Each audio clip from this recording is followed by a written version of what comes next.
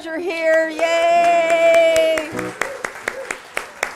So Reverend Andrea is on a little day off on Lopez Island, I think, and hopefully relaxing and enjoying it. And I am Cindy Clay. I'm a licensed practitioner with Centers for Spiritual Living, and I get to be here today to do the service. So I'm excited to be doing it, and I'm probably going to need help from people.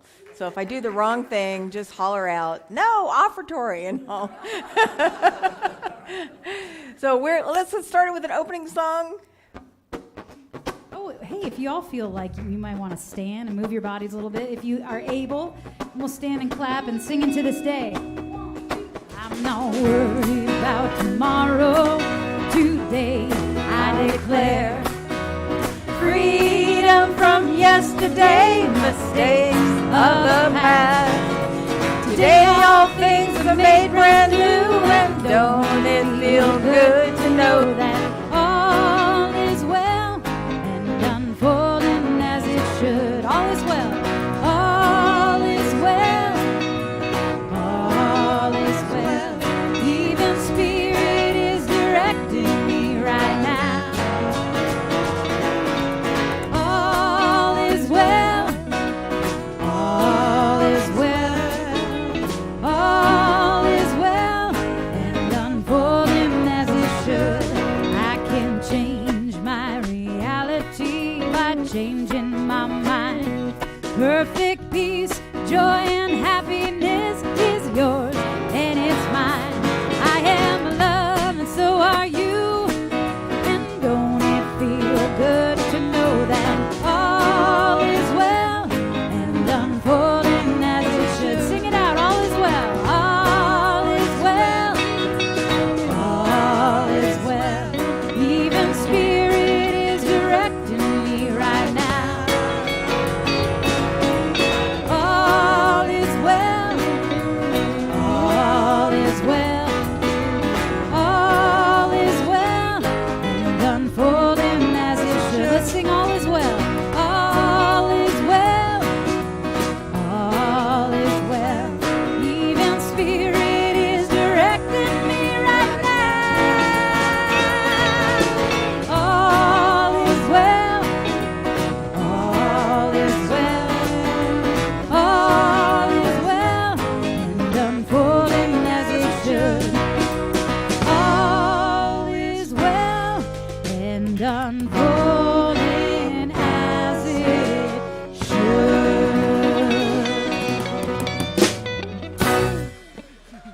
Well, good morning, everybody. Take a minute to greet some of those neighbors out there.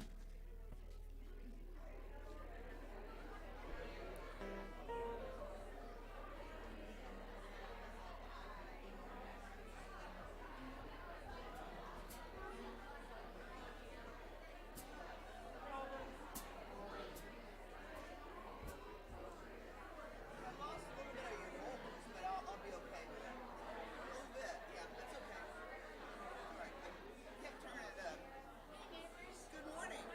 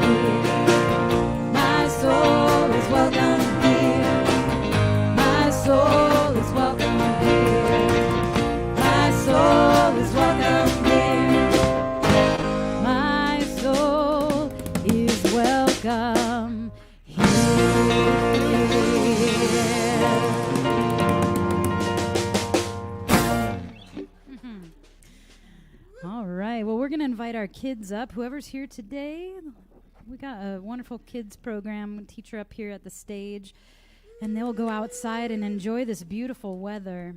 And we're going to sing them out to their outdoor classroom. Hooray for the world. We're glad to be on it. Hooray for the world. I'm glad to be on it. Hooray for the world. I'm glad to be on it. Hooray for the world. It's a special place. Got Mother Nature and the human race. The world's got trees and bumblebees, rivers and lakes and the open seas, mountains and valleys and animals too, and a sun that shines on me and you. Hooray for the world, I'm glad to be on it.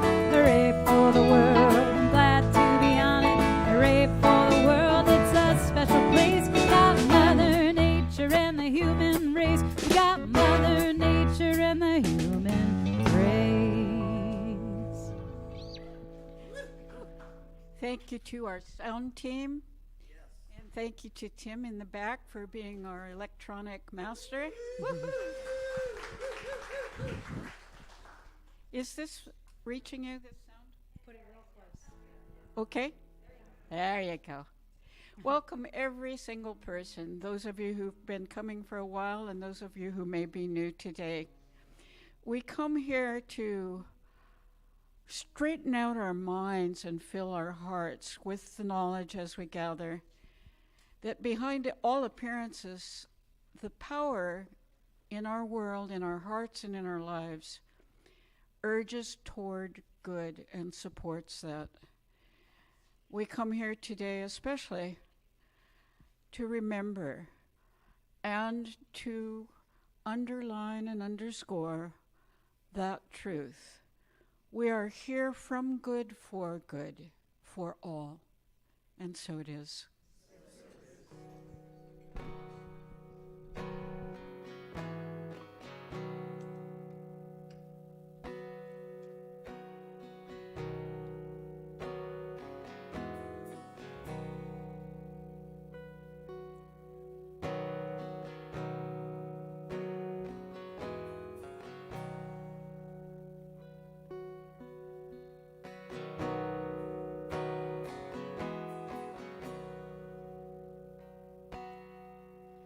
May I never lose my wonder.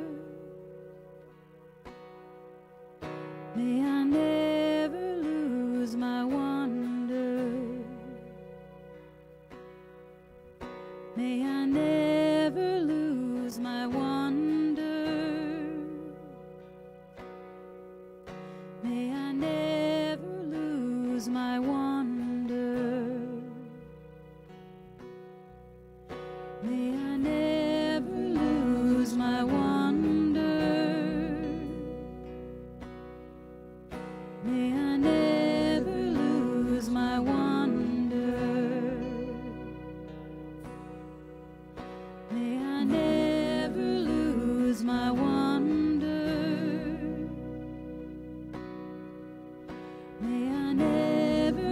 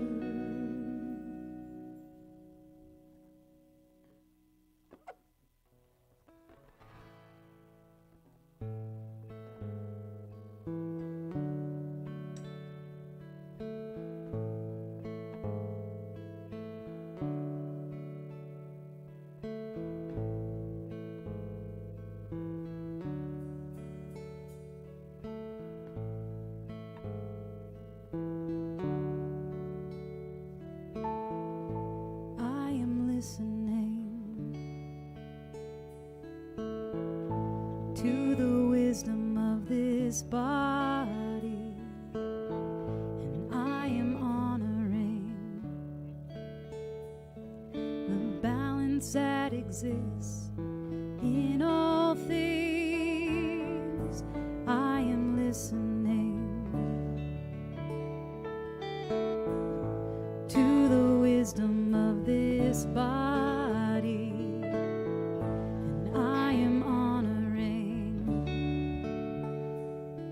the balance that exists in all things. Slow my step, move with grace through each breath. I'll find my way.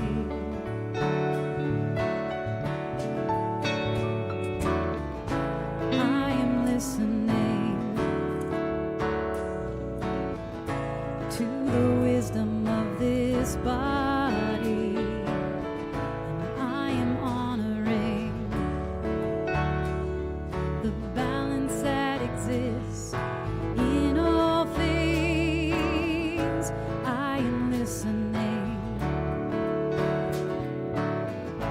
to the wisdom of this body, and I am honoring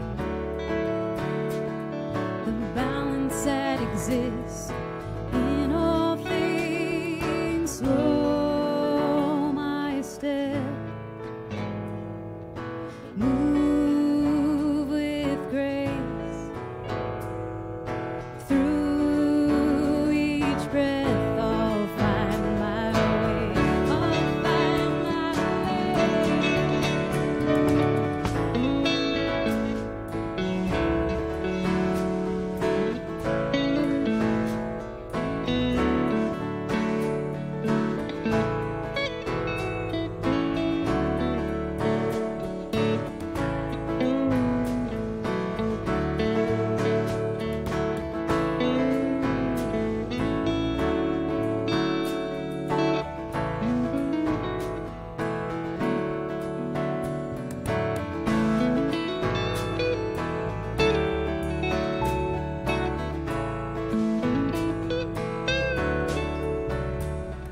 slow my step,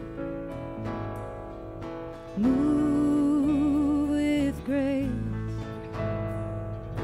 through each breath. I'll find my way. I am listening. I am listening to the wisdom of this body, and I am honoring the balance that exists in all things. I am listening to the wisdom of this body, and I am honoring the balance that exists in all things. The balance that exists in all things. The balance that exists in all things.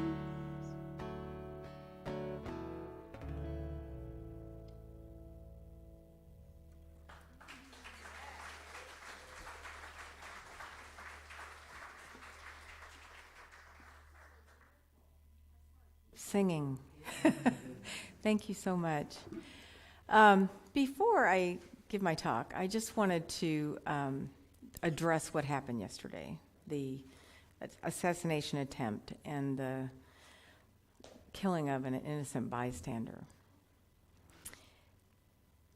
And so when violence happens like this, you know, we look at it often and we wonder, why is that happening, right? And I have no idea why violence is happening, but I do know that when we face situations like this, it's really a call for us to take a stand for peace, to take a stand for unity, to take a stand for oneness.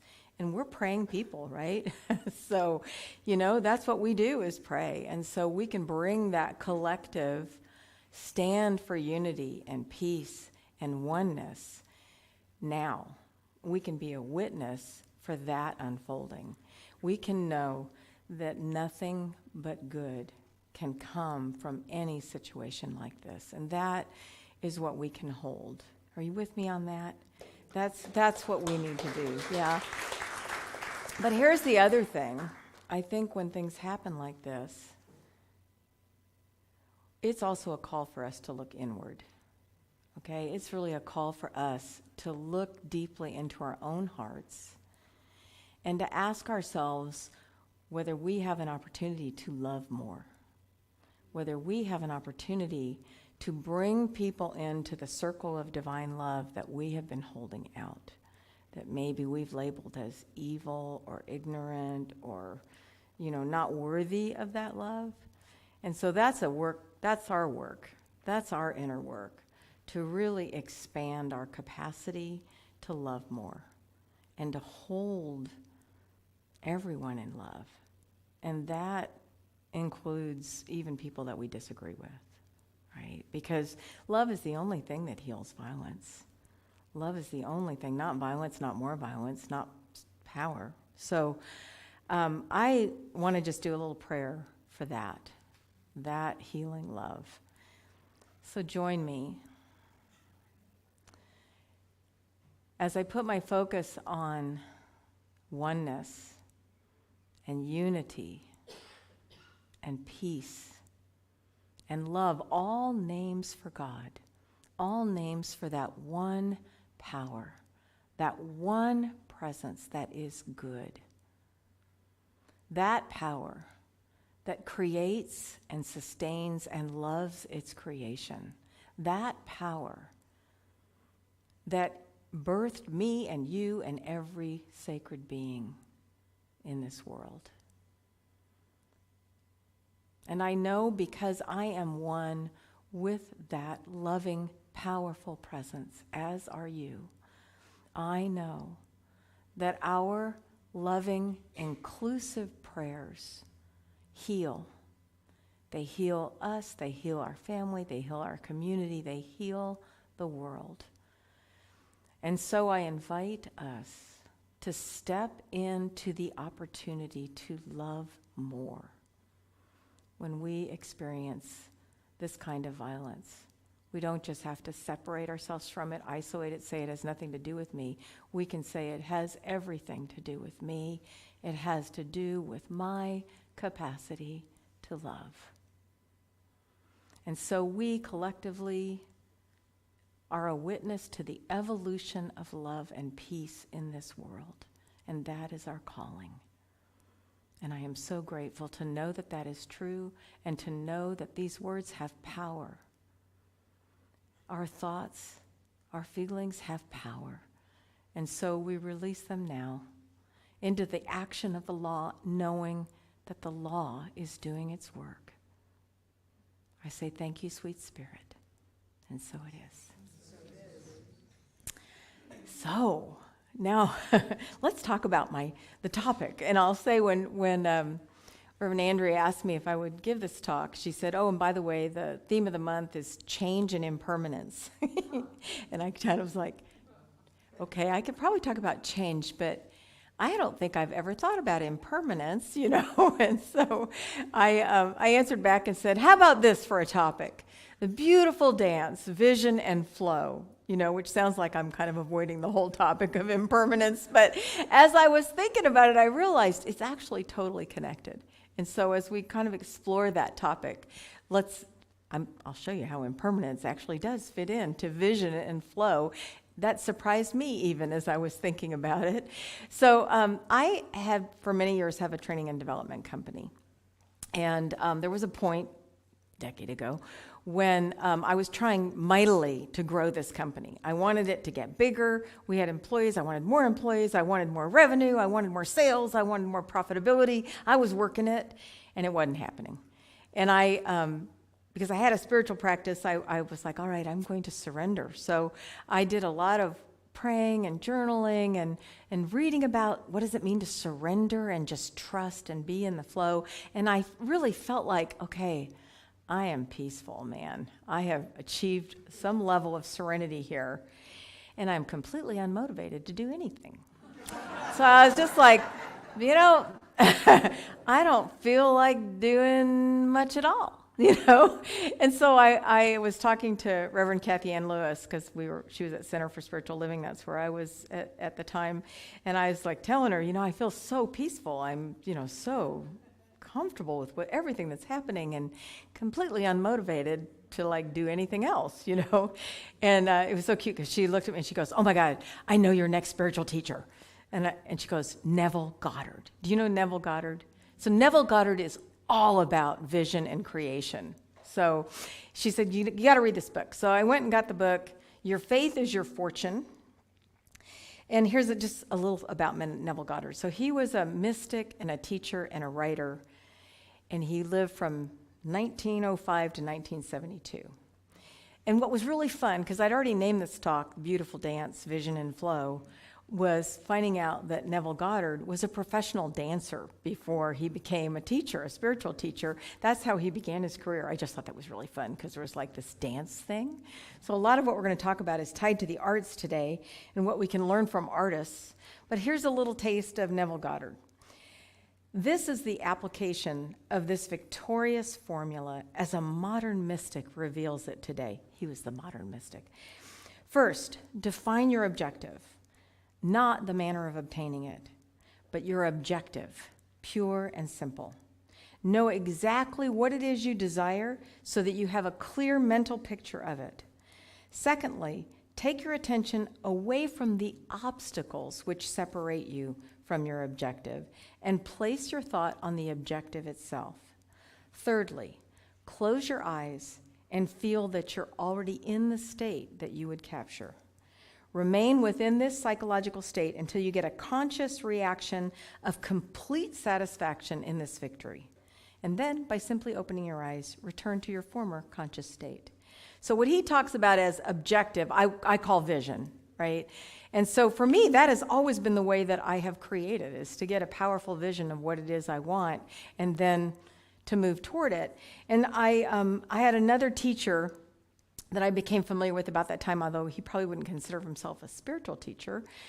He wrote a book, his name is Robert Fritz, and he wrote a book called The Path of Least Resistance, Learning to Become the Creative Force in Your Own Life. All right? So let me just explain his model of creativity, because I found it so helpful for me. Anytime I go to create something, so I have this little rubber band here as part of my explanation. So what Robert Fritz says is that anybody who creates anything, and he comes out of music, the world of music, any artist or anybody who creates anything or achieves anything starts with a vision that is not limited by what we think is possible. It's not a goal. It's something big, hairy, and audacious, right? That's what Kathy Ann Lewis always called it. It's huge, and it might not even feel like I can do it, right? So starting there with a big vision. And then he says, in order to get there, you also have to be anchored in current reality. So current reality is the stuff we usually don't like to look at, but it's like the messy truth, right? It's like, okay, I have this much in my bank account. I know these people who could help me. I have this education. I don't know anything about that. It's like an honest inventory of what current reality is. He says you need both, and here's why. So when you start with a vision and you're firmly anchored in current reality, you create what he calls creative tension. And creative tension calls for release, right? So the way we release it is to move forward toward our vision, right? And once we achieve that vision and there's no creative tension left, what do? We create the next vision, right? We've got a new current reality, and we go for the next vision. So the interesting thing about this is he says, okay, so those people that just have no grasp of current reality are living here in airy fairyland, right? They're idle dreamers. They're like, I'm going to be a millionaire by age 25, but with no understanding of how they're going to what's this? What's working with you and for you in order for you to get there, right? So when we see people that seem to be holding on to something and it feels unrealistic, often he would say they've got a clear idea of what their vision is, but no grasp of current reality. The other thing happens, which is somebody maybe strove to reach something, failed, and now they've given up. And so when we live here in the land of current reality with no vision, then we become cynics, we become fatalistic, we become skeptics, we just settle for what we have. So he says you got to have both if you're going to create something. So why don't we all the time? Why don't we all the time hold a vision, move toward it, and have that experience of creative flow? Well, what happens, I'm going to put this rubber band down before I hurt myself. What happens is that we sometimes feel like when we hit obstacles that they're signals to us that we shouldn't continue. I've heard people say this before. I had this big vision, but then I ran into this hurdle and I realized it just wasn't my good. And I gave up, right? Like that's a sign from the universe. And what Robert Fritz would say is, no. Let's use this metaphor. Anybody sail in here?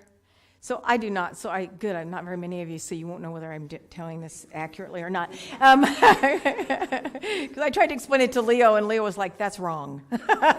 So he's tried to straighten me out. So here's the metaphor. The metaphor is you're a sailor, you're sailing a boat, you want to get to that point over there, you're starting here. Now, if the winds are behind you, you're going to zip right over there, right? But do winds do that all the time? No, because if you're a sailor, the winds can come from any direction. And so what does a sailor have to do? In order to get there, they're not going to go straight there when the winds are coming from different directions, right? They're going to have to set their sails, make adjustments, and tack, responding to the winds until they make it to that point. Right? And I love that metaphor because it keeps me, when I hit an obstacle, from going, well, shoot, I guess it's not meant to be. No, it means I need to adjust my sails, right? I need to redefine current reality so that I keep that creative tension and I keep moving forward in the direction of my vision. That make sense? I find that inspiring personally because it really helps explain what this process is that we go through. And I've got a little quote from Ernest Holmes. So what is happening when we think we got to sail directly there is that we're saying, okay, God, I've got a vision and we're going to do it like this, right? I know exactly the steps I need to take. Just go with me on this boat ride. And what Ernest Holmes says, this is from It's Up to You, a book he wrote early in his teaching. We cannot pray for our good to come to us through particular channels and at the same time accept that it will be a perfect demonstration. That would be based on the supposition that God is limited and could only fill our need through one channel. We may be greatly limiting that infinite supply, which is already rushing toward us. See, if I think it's got to be this way, I'm going to miss all the other support and help that I might be getting on that journey. So I just want to tell you a story about somebody that had a compelling vision. And that person is Christopher Reeve. Do you remember him? So Christopher Reeve was, an actor, and he played Superman, and which is wonderful given what he did. And he played Superman in several movies, and then he had a really horrible horseback riding accident in 1995, and he was completely paralyzed. Now, that sounds tragic, and it is, except Christopher Reeve, when hearing all the prognosis from the medical team that was working with him, who said, you'll never walk again. In fact, there's no treatment for this, and you just have to learn to live with it, said, hell no. He said, I will walk again. And so his vision, very simple, was that he was going to walk again. So out of that, if you look at that as that was Christopher Reeve's vision, and then he looked at current reality. I'm completely paralyzed. There's no treatment for this. In fact, there's no support from medical science for me doing anything about this. And yet, I have multiple millions of dollars and rich friends. I'm a celebrity. I can do something about this. And so he established a foundation. It's now called the Christopher and Dana Reeve Foundation. He raised $140 million for spinal cord injury research. There were naysayers the whole time he was doing this and saying, you're just dreaming, this isn't possible for you. And in the end, he radically changed spinal cord injury research. This foundation brought together disparate little labs that were doing their own thing, and they weren't collaborating with each other. They did stem cell research, epidural stimulation research, and out of that, the foundation established clinical centers all around the United States that are focused on rehabbing patients with spinal cord injury. Christopher Reeve regained feeling in his fingers, his toes, his elbows. He started to get his feeling back in his body. He could feel hot and cold, defying all expectations. And we're on the verge now, I say we as the collective country is on the verge of major breakthroughs in spinal cord injury treatment. Have you seen those exoskeletons that people can put on and walk again? That's all because Christopher Reeve held the vision that he could walk again. Now, he did not live to see the fulfillment of that vision, which is sad. And yet, what an amazing legacy he left, because he believed beyond anybody else's support that it would be possible to rehabilitate people with spinal cord injuries. Okay? That's the power of a vision. So Robert Fritz says, it's not what the vision is, it's what the vision does. Do you hear that? It's not what it is, it's what it does. So when we get stuck in our heads that we have to get our vision exactly the way we saw it, we're missing the point. Okay? It is what we do as a result of holding that vision that is so powerful. Okay, so that was about Christopher Reeve. I want to tell you a story about a duck. So this is not just any duck. This is Hope the duck. So when we were raising our girls, Leo, I really don't know why, decided it would be fun for them to raise ducks. So they ordered ducklings. They came in a little box. These ducks had never been near water, near a pond, been with a mom. You know, they arrived at our house, and Leo built a duck coop for them and got the right food and, you know, engaged the girls for a very short time in helping to take care of the ducks. And I saw my job as duck enrichment. So I did things like, you know, Leo had set out a little tray that had water in it, like about 2 inches of water, and every day he would clean that out and give them clean water, and they would bathe in it, you know, like ducks do, because they have to get water on their fur and stuff. So I decided they needed a swimming pool, so I bought them a kiddie wading pool. Boy, did they love that. So they would be all over that little kiddie wading pool, and they stand in it, and they would, you know, just enjoy all that water. And so I'm observing this and realizing, you know, they're not really swimming in this pool, so I'm going to get them a barrel. So I got a big barrel that was about, you know, yay deep, 3 or 4 feet deep, and I set it up, filled it with water. I put a ramp up to it, and the ducks came out, and they were like, ducks are very suspicious, you know. So they were like, whack, whack, whack, whack, whack, whack, whack. And so Hope decided to see if she could, you know, what is this all about? So she walked up the ramp and saw it's water. And she's like, well, I know water, right? So she hopped in. Unfortunately, the only thing Hope knew about water is that you need to stand on the bottom to experience water. So she plunged to the bottom of this barrel, and I was like, oh my gosh. And then she came up, and she was just like, wah, wah, wah, wah, wah, wah, flapping her wings. And she was like, sputtering water. And then she went back down again to stand. I'm losing my stool. I'm so excited. To stand on the bottom of that barrel. And she kept doing that. She kept going down to the bottom and practically drowning herself, and then coming back up. Wah, wah, wah, wah, wah, wah. This went on for several minutes. I was pretty sure I was going to be the only person that ever drowned a duck, even though I had good intentions and all of this. And so I'm like, oh my God, Hope, I can't grab her because she's just plunging and resurfacing and quacking. And finally, I could see it on her face. There was just this look of surrender, like, I can't do this anymore. And so she stopped.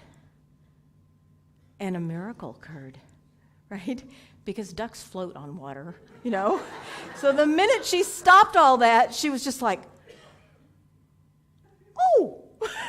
And she started started paddling around the little barrel, and she was just like, oh, this is amazing, you know. I know I'm ascribing many thoughts to this duck, but I have to tell you, she did have facial expressions. And so the other ducks, Sugar and Goose, these ducks were named by our children. I love Goose as a duck name. They came up the ramp and they joined her, right? Now, when I was experiencing this and in the aftermath of it, I just thought, oh my God, that is such a powerful example of why we surrender. Because we have thought there's only one way to do something, right? In Hope's mind, you've got to put your feet on the bottom of the barrel, even if it's 3 feet deep and you're drowning every time you do that. And surrender allowed her to accept a greater good. I float, right? So this is Ernest Holmes. He's got something to say about this. Stop trying. Stop struggling. Begin to be calm, to trust in the higher laws of life. Even though you do not see them, they're still there. If I could have read that to Hope, I would have. But that, for me, is about the power of surrender, right? See, if I don't surrender, I don't have the opportunity to see all the other ways I could be blessed in this situation, right? And that's what surrender is. It's not giving up. It's not saying, okay, I'm not going to try anymore. But it is saying, I'm going to stop struggling. Okay, I'm going to allow that flow to happen. And that flow in the creative process is how we create anything. So the other thing I was thinking about, and this is where impermanence comes in, was sand mandalas. Do you know sand mandalas? So this comes out of the Tibetan Buddhist tradition. In fact, Dalai Lama is one of the primary creators of sand mandalas, very well known for doing these. So with a sand mandala, a team of Buddhist monks will envision what that mandala looks like. And it's huge. It's like built in a whole courtyard. They'll envision it, and they'll spend weeks then taking that vision, drawing it, laying it out in the courtyard, and then meticulously putting colored sand into that. And it is a long process. And after weeks of envisioning it, creating it, building it, what happens? They destroy it, right? In a ceremony, that honors the creation and the beauty of the mandala, then there's a ceremonial deconstructing of this thing that they've just spent weeks creating. So Leo and I were talking about this, and we both realized, because we have a theater background, that's what happens when you do a theater production, right? So the director has a vision of the play, you get the cast, you get the lighting designer and the costume designer and the set designer, and you create this. The creative process goes on for weeks, maybe 6 weeks. It looks awful in the beginning, and you just have to trust what's happening, that everybody is going to do what they need to do, and it's all going to come together. Usually the night before opening night, suddenly it works finally like magic. And then you finish the run, which for small theaters is like 2 weeks, and closing night, you deconstruct the whole thing. They call it the strike. You take everything down, and when you're done, it's like you were never there. Well, that sounds depressing, except what happens once you're done striking? There's another theatrical production. There's another sand mandala. There's the next thing in your life that you're being called to create. So it is part of, and that impermanence is part of the whole cycle of creativity, because if we hang on to it, what's going to happen? Nothing new, nothing innovative, nothing more than what we already have. So I realize right now I'm comparing theater people to Buddhist monks, but they'll, I'm sure they all appreciate that.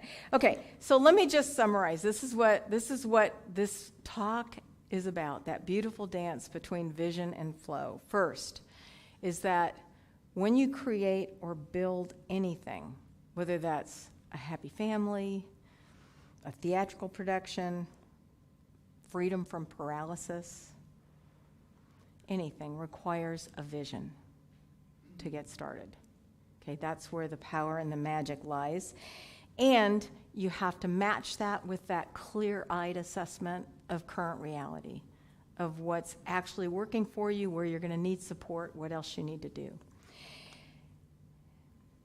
And then when you start moving from current reality to vision, you're going to have setbacks. You're going to hit winds you didn't expect, blowing from directions you didn't know were coming, and you're going to have to adjust your sails and navigate in order to work through those obstacles. But as Neville Goddard says, you keep your eye on the vision. You don't get bogged down by looking at the obstacles. And then, like the Buddhist monks, you surrender it. Once that beautiful sand mandala is created, once you have created that wonderful whatever it is, then you let it go. And that allows Spirit to move within you for the next thing that you intend to create. So I'm just going to let Ernest Holmes have the last word here. We are born to create, and we can't help it. Why is that?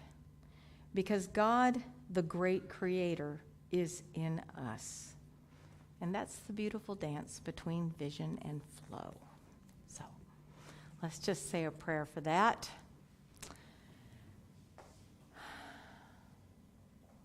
I just put my attention now on God as creator, on God as beauty, on God as the one intelligence and the one power.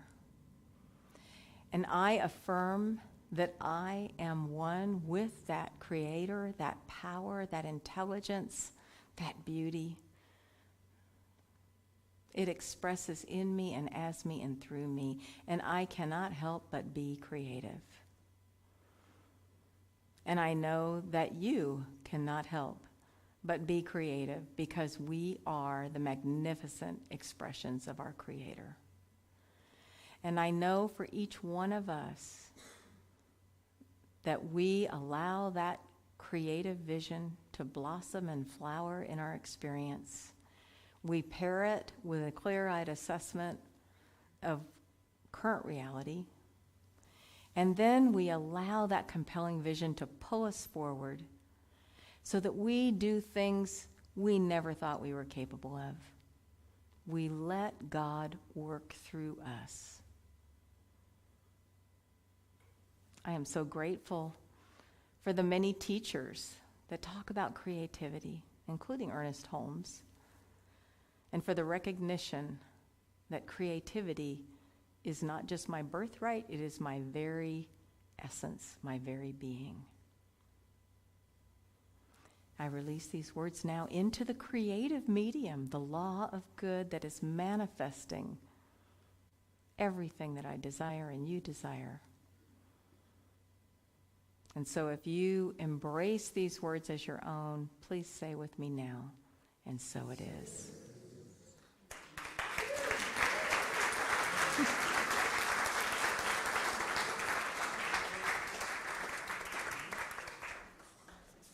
Oh, I still have to do something. Y'all are supposed to yell, it's the offertory. It's the offertory. It's like, all right, it's the offertory. So this is just our chance. Thank you. Never had that happen before. This is our chance to just give back with love to this spiritual community that feeds us, that is always here for us, and it's received with gratitude. Thank you.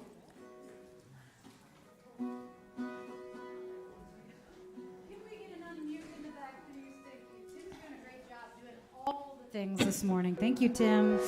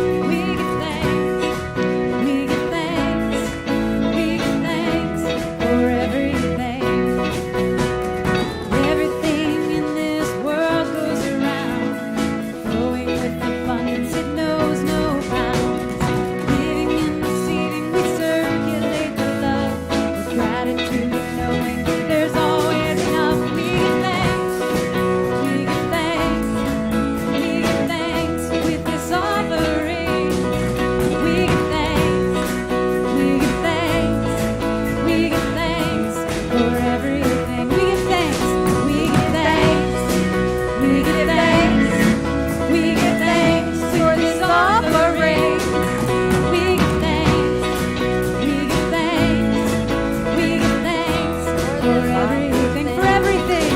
We give thanks for everything.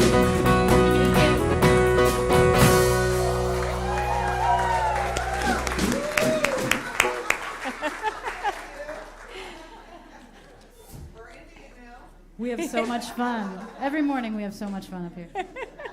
On Sundays, that is. Oh, yeah, that's that. Oh, I get to do the announcements now. This is fun because I've never done the announcements. So we have a Mind, Body, Spirit Fair coming up. Are you coming? Yeah, you should. All right, so it is Saturday, July 20th from 10 to 4, and we still need volunteers. So there is a sign-up desk, Ask Me desk, where you can volunteer. They're looking for helpers for vendor assistance, street crossing safety. I was a crossing guard when I was in elementary school. That might be right up my alley. And then afternoon shuttle drivers, floaters to relieve vendors for short breaks, and after fair cleanup. So if any of those feels like you could do that, then sign up at the Ask Me desk because your help will be welcomed. Postering, that's not on here. We need more postering too. Are the posters back there too? Okay. Well, good. All right, let's talk about the book sale. So during the fair, there's going to be a used book sale, and they would like to have your book contributions no later than Monday, July 15th. Gently used books. Oh, yeah, that's tomorrow. Get your books here, people. Okay. All right, and then the Beatles sing-along. So Friday, July 26th, the Beatles sing-along with the Walrus. The tickets are for sale on our website, but it's open to everybody. So if you've not bought your tickets yet, get in there and buy your tickets. All right, and then men's group is gathering today at noon in the classroom. I will not be attending that.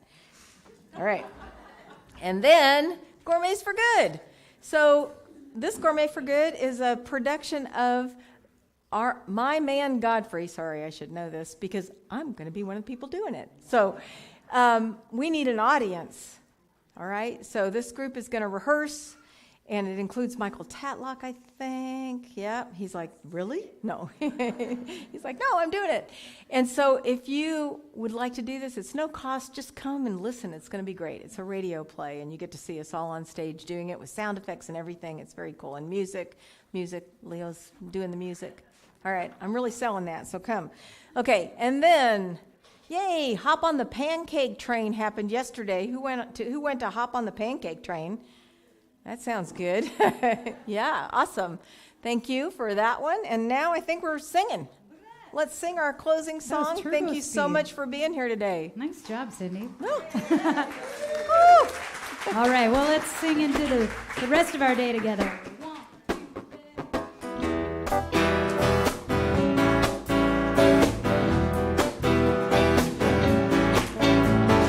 Anything is possible when you believe. You know anything is possible when you believe. You can make a mountain move when you believe. Oh yeah, you can make a mountain move when you believe. And don't you know that you can change your life when you believe? Don't you know that you can change your life when you believe in yourself?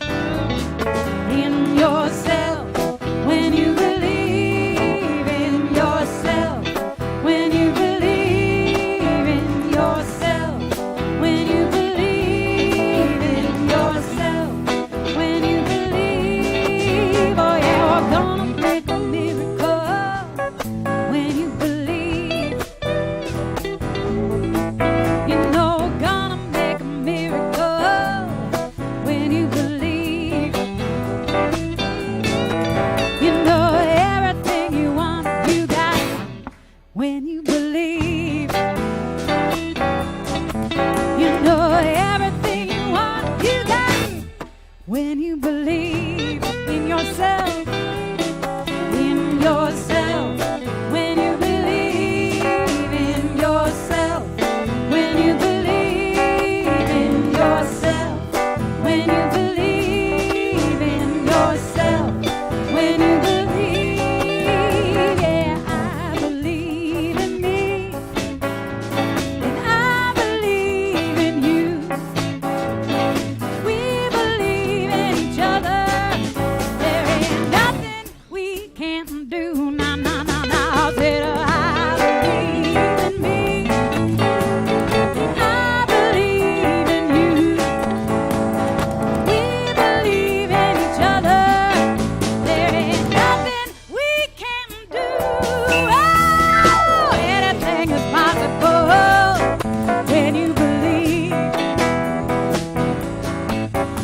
oh, yeah.